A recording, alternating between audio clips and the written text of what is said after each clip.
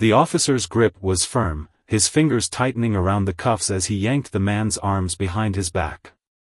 The cool metal snapped into place with a sharp click. "Stay still," the officer barked, pressing the man against the hood of the squad car. The man didn't resist. In fact, he barely reacted at all.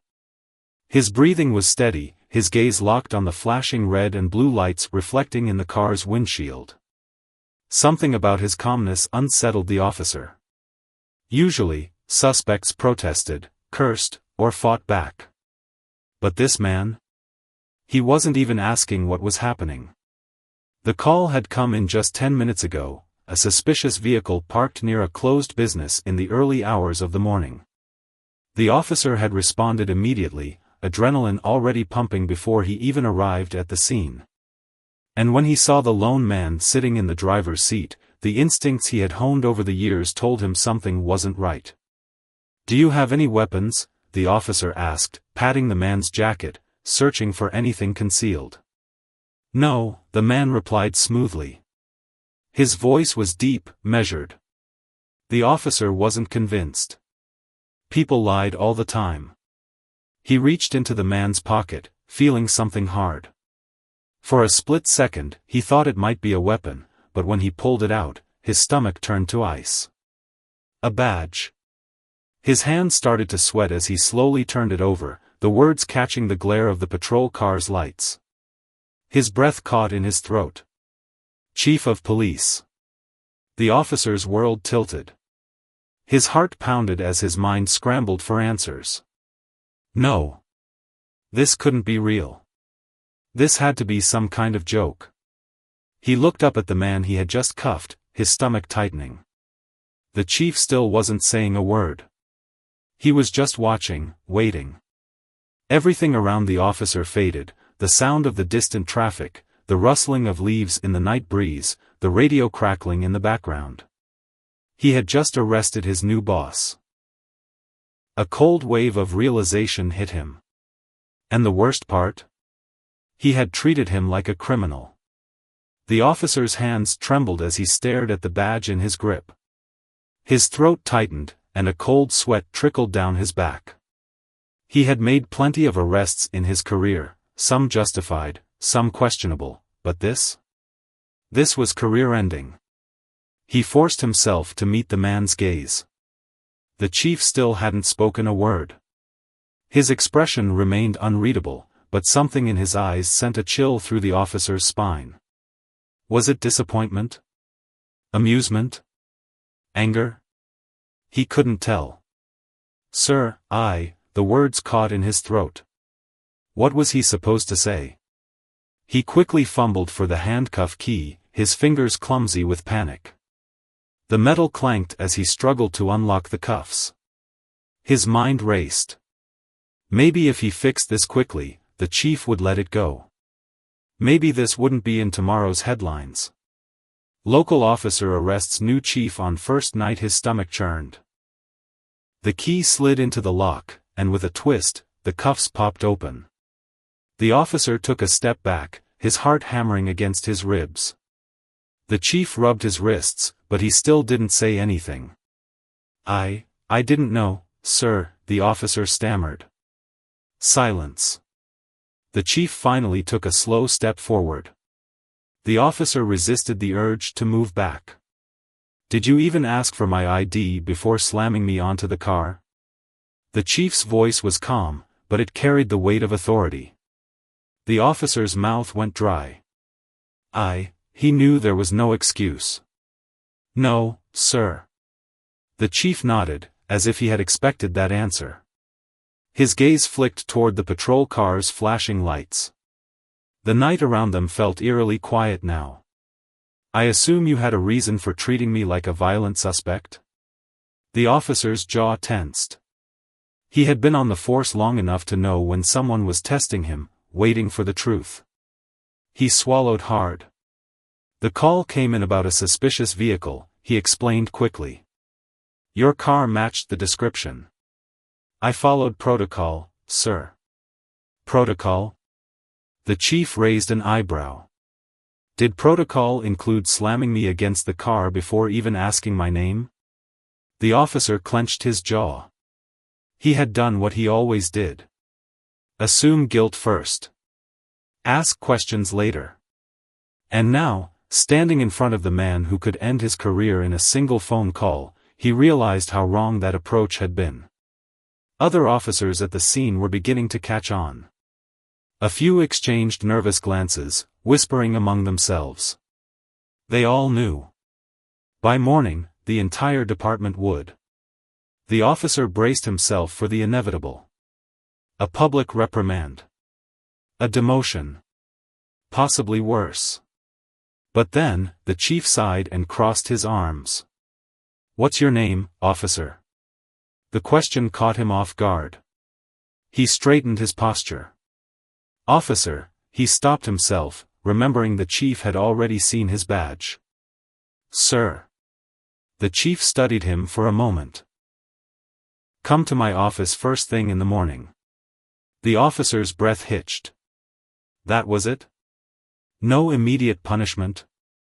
No radio call announcing his mistake to the entire precinct? Before he could say another word, the chief turned and walked away, his presence just as commanding as before. The officer stood frozen as the weight of what had just happened settled over him. Tomorrow morning. He had no idea if he'd be walking into a second chance, or his last day on the force. The officer barely slept that night. Every time he closed his eyes, he replayed the moment, the sharp click of the handcuffs, the weight of the chief's gaze, the cold realization that he had arrested the most powerful man in the department. He had been on the force for years. He had prided himself on being sharp, fast, and decisive. But now, doubt gnawed at him. Had he been too quick? Had he judged too soon? Morning came too fast. Dressed in a crisp uniform. He arrived at the precinct early, but his stomach churned as he walked into the building. The usual greetings from fellow officers felt different, quieter, uncertain. They knew. He reached the chief's office, hesitating for only a second before knocking. "Come in." The officer stepped inside, his back stiff, shoulders squared. The chief sat behind a wide desk, a cup of coffee steaming beside a stack of reports. His expression was neutral, unreadable. The door closed behind him, and the room felt smaller. The officer stood at attention. "Sir." The chief leaned back in his chair. "Sit." He obeyed, though every muscle in his body was tense. The chief took a sip of his coffee before speaking. "Tell me, officer. How long have you been on the force?" 8 years, sir." The chief nodded slowly. 8 years is a long time. You've probably seen a lot, dealt with all kinds of situations. "Yes, sir." "Then tell me," the chief said, setting his cup down. "What did you see when you looked at me last night?" The officer frowned slightly. The question caught him off guard. He had expected a lecture, not this. "I saw someone parked outside a closed business in the middle of the night," he answered carefully. "Someone who refused to follow instructions. Someone who," he hesitated, realizing where this was going. "Someone who looked like a suspect," the chief finished for him. Silence. The officer clenched his jaw. He had jumped to conclusions. He had profiled the chief based on a handful of details and nothing more. The chief sighed. "I've been in this department a long time, officer. I've worked every rank, walked every beat. And I've seen officers, good officers, make this same mistake over and over." The officer swallowed hard. "You weren't wrong to respond to the call," the chief continued. "But you were wrong in how you handled it." The officer stayed silent. There was no arguing with the truth. "I've seen men ruin their careers over things like this," the chief said, his tone steady. "Some refuse to change. Some don't even realize they need to. The question is," he leaned forward. "Do you?" The weight of the moment pressed down on the officer. "I do, sir." The words came out before he could think, but he meant them. The chief studied him for a long moment. Then, to the officer's surprise, the chief slid a folder across the desk. "Good," he said. "Because I have an assignment for you." The officer hesitated before picking up the folder. Inside were reports, case files, arrest records. The chief steepled his fingers. "I want you to take a hard look at these cases. Find the pattern. Learn from it." The officer frowned slightly. "What am I looking for, sir?" The chief's expression remained firm. "The mistakes we don't realize we're making." The words hit deep. The officer sat there, folder in hand, knowing that today wasn't about punishment. It was about something much bigger. A lesson. A chance. A test. And this time, he had to get it right. The officer sat in his car outside the precinct, the folder resting on the passenger seat. He hadn't opened it yet. He wasn't sure why. Maybe he was afraid of what he'd find. He had spent years believing he was a good cop. He followed the rules, kept the streets safe, and did what needed to be done. But last night had shaken something in him. He finally exhaled and flipped open the folder. Case files. Reports. Witness statements. They were all from arrests made in the past year, some were his, others from fellow officers. He skimmed through the first one. A young man pulled over for a broken taillight. Officer suspected he was acting nervous. Frisked him. Found nothing. The man was later released, but not before spending hours in a holding cell. The officer frowned. He had done the same thing countless times. It was standard procedure, wasn't it? He flipped to another report. A man matching the description of a robbery suspect was detained in front of his own house. He had groceries in his hands. He tried to explain, but the officers took him in for questioning anyway. The real suspect was found hours later, blocks away. The officer's stomach turned. He remembered that case. He had been there. At the time, he hadn't thought much of it. But now, reading it in black and white, it looked different. He went through case after case, each one making him shift uncomfortably in his seat. And then he got to the last one. His own. The report detailed everything from the previous night, the call about a suspicious vehicle, the response, the immediate use of force. The words on the page made him wince. Suspect refused orders to exit the vehicle. Officer proceeded with physical detainment without verifying identification. He closed the folder. His grip tightened around the cover. This wasn't just about last night. This was about all the times he had let instinct take over before judgment. All the times he had assumed instead of asked. And now, the chief had given him a choice. Learn. Or stay the same. The officer ran a hand over his face, then reached for the radio. "Dispatch, this is Officer. I'm heading out for a patrol," he said, his voice steady. He didn't know exactly how he was going to change, but he knew one thing. He had to start now. The officer spent the next few days reflecting on everything he had learned. He immersed himself in case files, sitting in his small apartment late into the night, revisiting each one, and trying to understand where things had gone wrong. He wanted to fix the mistakes, but he had to fully grasp them first. By the time he returned to the precinct on the fourth day, he felt the weight of the decision he had made. There was no going back. The chief had given him an assignment, a test of sorts, and now it was time to face it. He stood in front of the chief's office, his hand hovering over the door handle. For the first time since he'd joined the force, he wasn't sure if he was ready. But as soon as he stepped inside, the chief's calm, authoritative voice put him at ease. "Come in, officer." The officer walked in slowly and sat down without a word. His hands were folded neatly on his lap, a mix of nervousness and anticipation settling in his chest. "Have you had time to think?" the chief asked, looking up from his paperwork. "I have, sir," the officer replied. His voice was steady, but his mind was still racing. He had thought about the cases, about his own actions, about the lessons he had learned. "I've reviewed the files you gave me. I see where I went wrong." The chief didn't respond immediately. Instead, he studied the officer for a long moment, almost as if he were weighing his words. "What's your biggest takeaway?" the chief finally asked. The officer took a deep breath. "That I've been too quick to judge.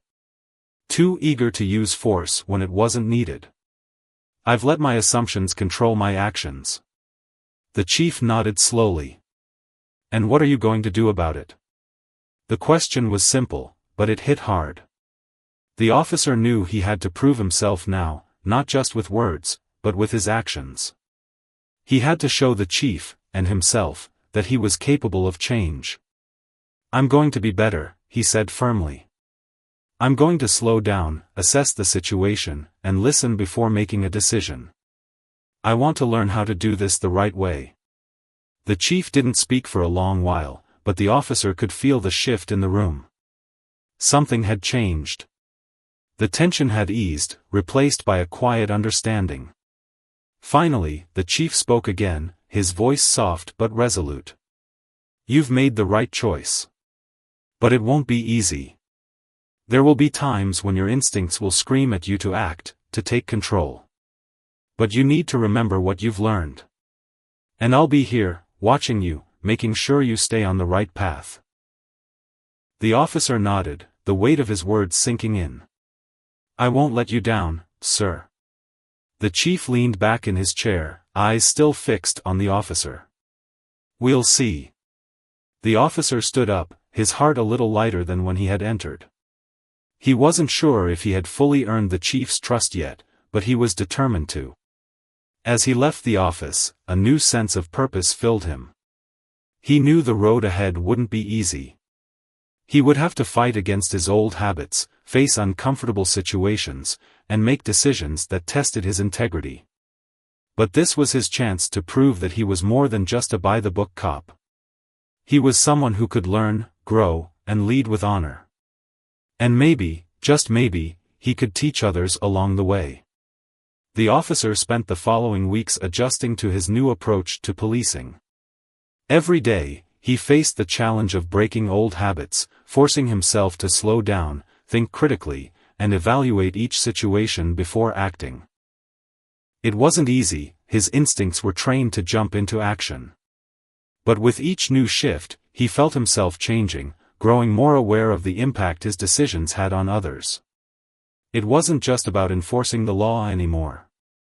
It was about understanding the people behind the cases, the stories they carried with them, and the reasons why they behaved the way they did. One particular case stood out. A call had come in about a possible break-in at a local convenience store.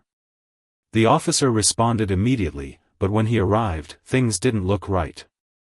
The door was wide open, but there were no signs of forced entry.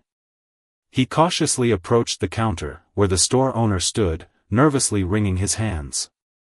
The officer didn't rush in like he might have once done. Instead, he asked questions, calmly taking the time to listen. "Did you see anyone around here?" the officer asked, his voice steady. The owner, an older man with glasses perched on the edge of his nose, shook his head. I thought I heard someone in the back, but when I checked, there was nothing. I don't know what's going on. I didn't want to assume." The officer nodded, noting the man's unease. He walked to the back of the store and examined the security footage, but nothing stood out. The store's shelves were intact, the cash register was untouched.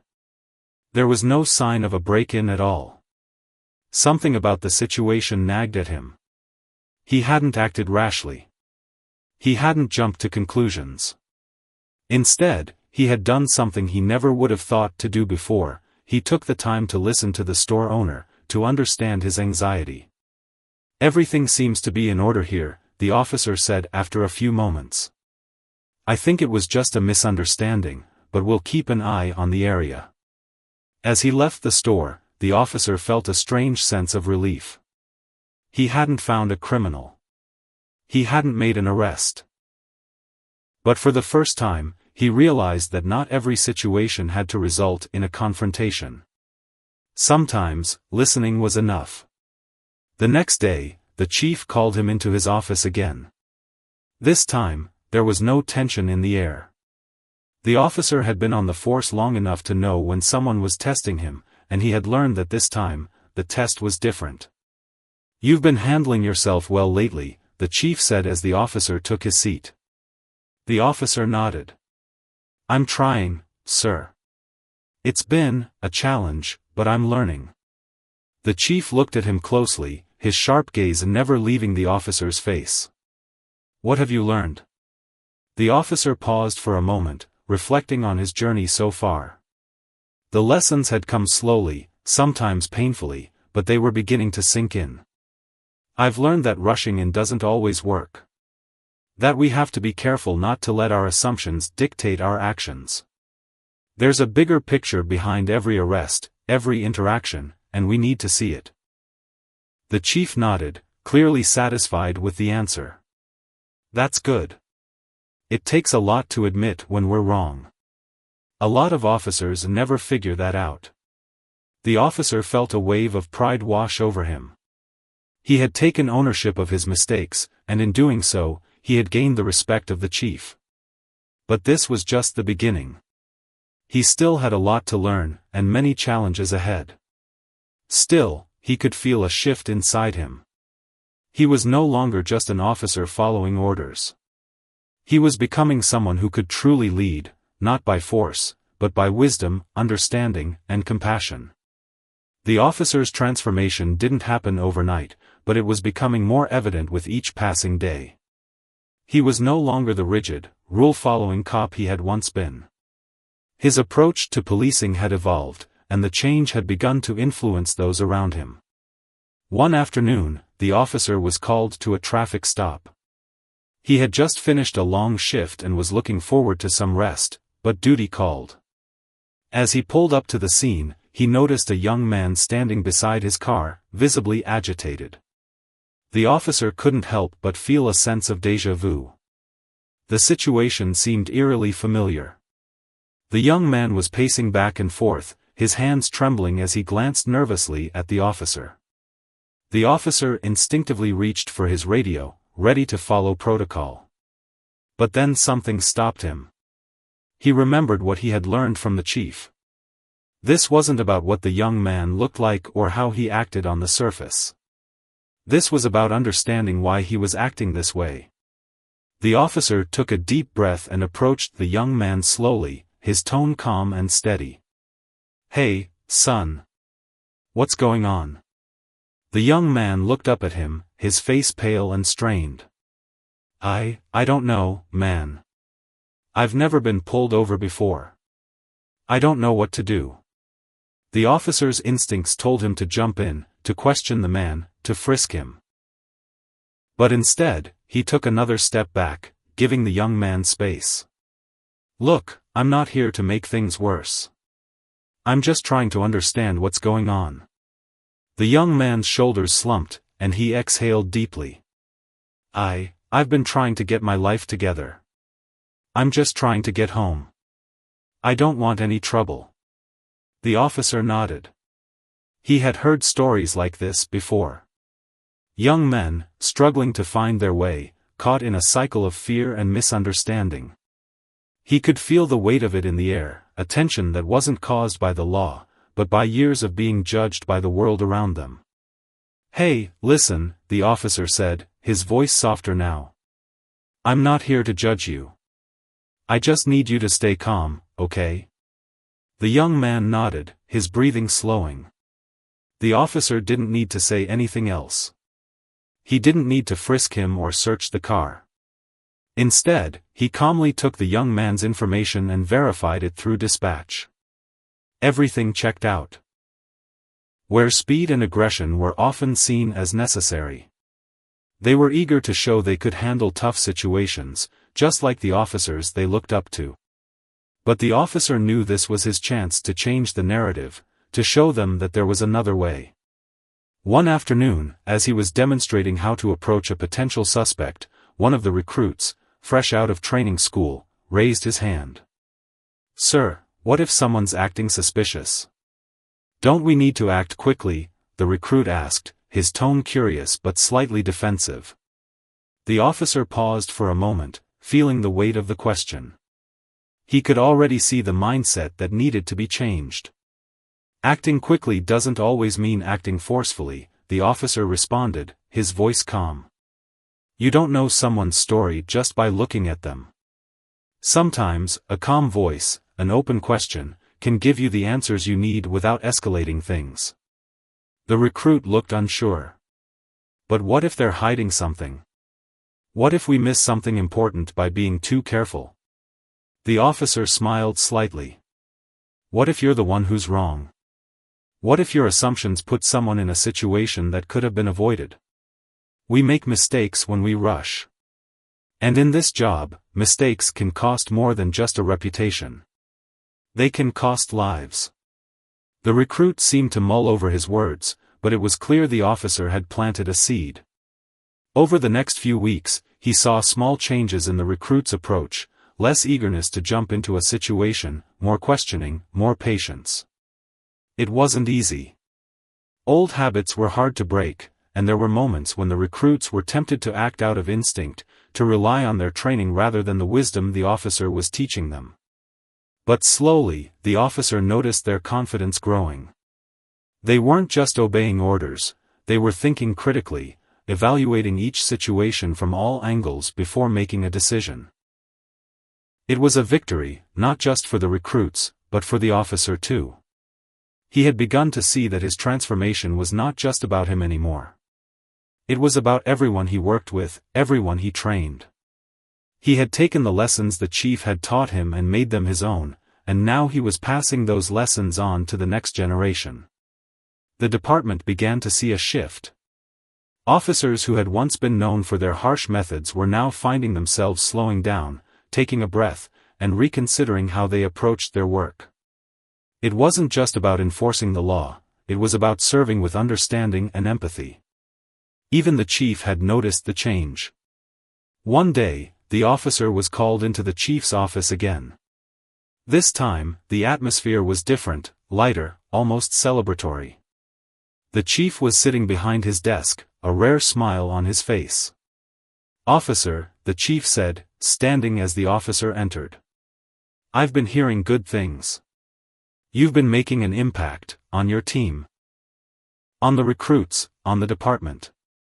The officer stood up straighter, but there was no hint of arrogance in his posture. He had earned the chief's approval, but he didn't need to boast about it. The chief extended his hand.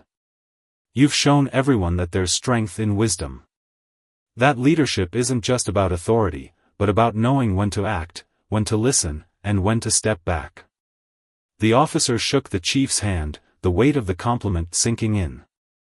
He had come a long way since the day he had arrested his own boss. And now, he understood what it truly meant to be a leader. It wasn't about making all the right moves. It wasn't about being the toughest, the quickest, the most aggressive. It was about making decisions that were thoughtful, grounded in understanding and fairness. The officer had learned that leadership was about empowering others to make the right choices, and that meant leading by example. As he left the chief's office that day, the officer knew that his journey wasn't over. There were still plenty of challenges ahead, but he was no longer afraid of them. He had learned that true strength came not from force, but from wisdom. And with that wisdom, he could change the course of his department, one decision at a time. Months passed, and the officer's transformation became more apparent with each day. The department had truly shifted. What had started as a single officer's reflection on his actions had grown into a department-wide reevaluation of what it meant to serve and protect. The officer was no longer just a cop, he had become a leader, not by force, but by influence and wisdom. He watched as the recruits he had trained began to handle situations with the same careful consideration that had once seemed so foreign to him. They weren't just obeying commands, they were learning to think for themselves, to understand the value of patience, and to approach every person they encountered with respect, not suspicion. One day, during a routine traffic stop, the officer found himself in a familiar situation.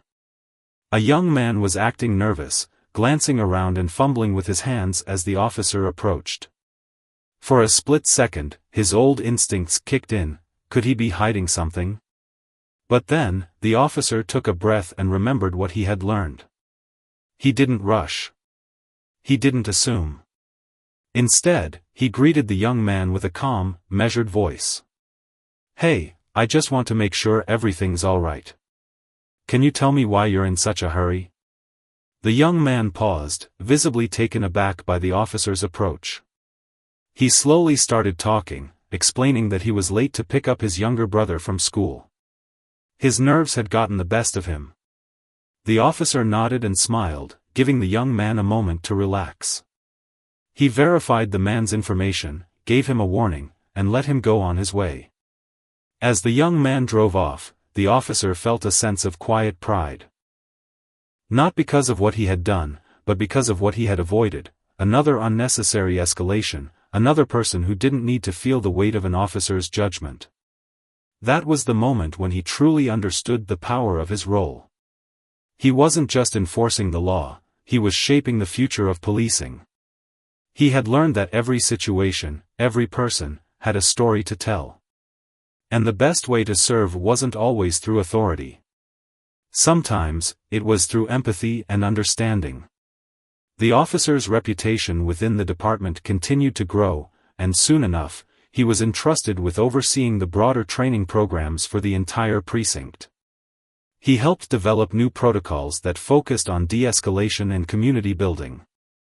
The department, once known for its harsh methods, was now becoming a model for others across the city.